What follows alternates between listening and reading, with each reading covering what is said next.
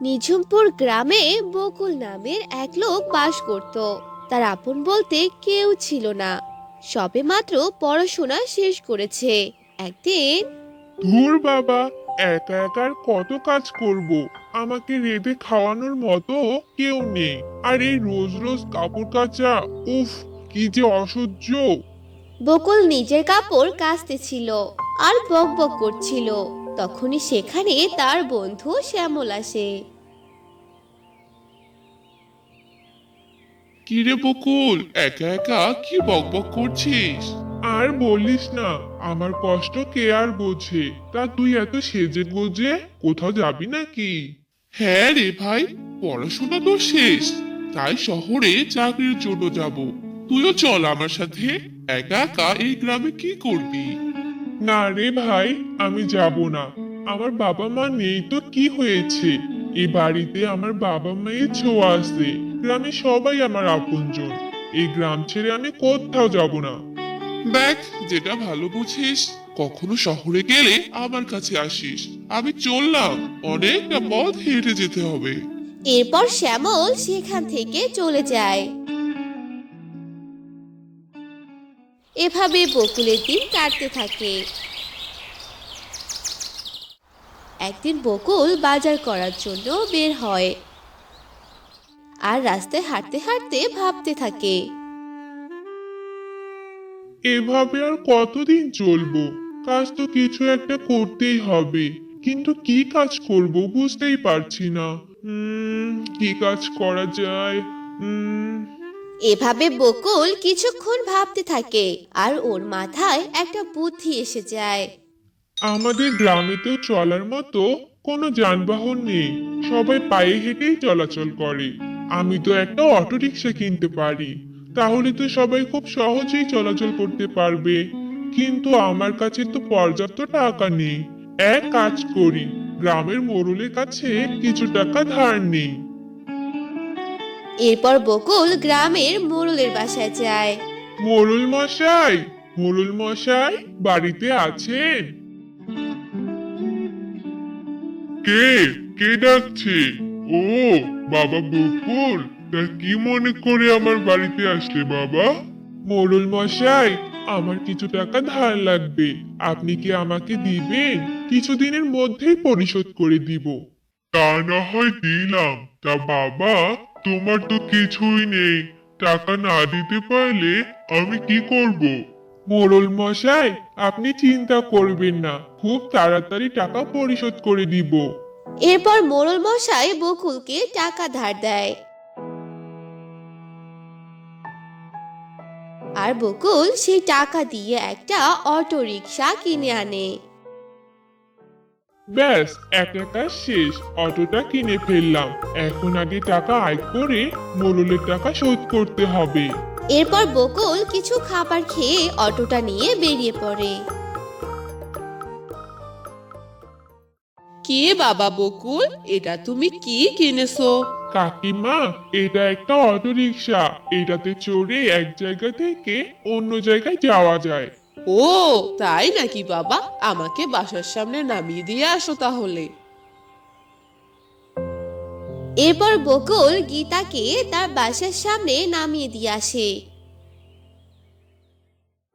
এভাবে বকুল গ্রামের সবাইকে এক জায়গা থেকে আরেক জায়গায় পৌঁছে দেয়। সবাই অনেক খুশি হয়ে তাকে বেশ টাকাও দেয়।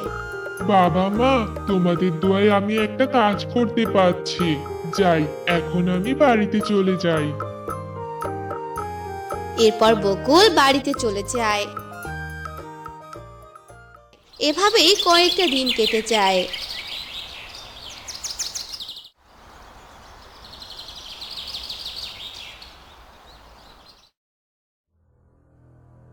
একদিন বকুল অটো চালাতে চালাতে বেশ রাত করে ফেলে। সে রাতে অটো নিয়ে বাসায় ফিরছিল। আজ অনেক দেরি করে ফেললাম। তাড়াতাড়ি বাড়িতে যাই। মনে হচ্ছে কেউ যেন সামনে দাঁড়িয়ে আছে। বকুলের অটোর সামনে সুন্দর এক রমণী দাঁড়িয়েছিল। এই অটো, দাঁড়াও! এত সুন্দর মেয়েকে দেখে বকুল পুরো অবাক হয়ে যায় আর এক দৃষ্টিতে তাকিয়ে থাকে।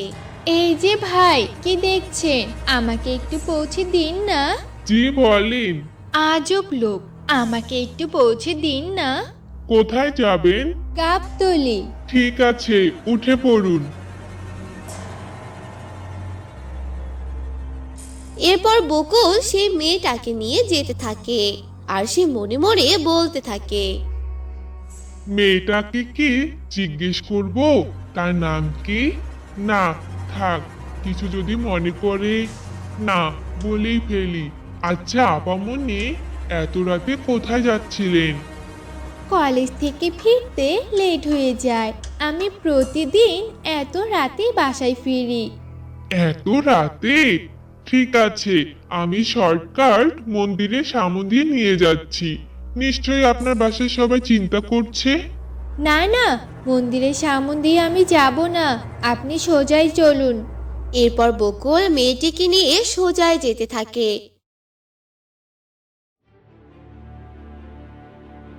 কিছুক্ষণ দুজনে চুপ থাকার পর বকুল আবার কথা বলে। আচ্ছা আপামনি, আমি কি আপনার নাম জানতে পারি? হ্যাঁ হ্যাঁ, অবশ্যই, আমার নাম রূপবতী। আর আমার নাম বকুল। আপনি কোন ক্লাসে পড়েন? আপনি এত গম্ভীর কেন? এরপর মেয়েটি আর কোনো কথাই বলে না, কেমন যেন ফুতরে ফুতরে। এদিকে বকুল বেশ চিন্তায় পড়ে যায়। এত রাতে একটি মেয়ে বাহিরে, রাস্তা একদম ফাঁকা, একটা মানুষও নেই। মেয়েটি হঠাৎ কথা বলে ওঠে। এই যে ভাই, সামনেই আমার বাসা। উফ বাবা, এত জোরে কেউ বলে? আমি তো চমকেই উঠেছিলাম। আচ্ছা ঠিক আছে। এরপর বকুল মেয়েটিকে তার বাসার সামনে নামিয়ে দেয়। আপনি দাঁড়ান, আমি টাকা নিয়ে আসছি। এরপর মেয়েটি বাসায় যায়। প্রায় 10 মিনিট হয়ে যায়, মেয়েটির ফেরার কোনো নামই নেই। এরপর বকুল তার বাসায় যায়। কেউ আছেন? হ্যালো, কেউ আছেন? কে? কে ডাকছে? কে তুমি বাবা? রূপবতী নামের একটি মেয়ে 10 মিনিট আগে আমাকে দাঁড় করে রেখে এসেছে। উনি টাকা নিতে এসে খোঁজই নেই। আমার ভাড়াটা দিলে চলে যাব। কি বলছো বাবা? এই বাসাতে তো কেউ থাকে না। আমি বাসাটা পাহারা দেই।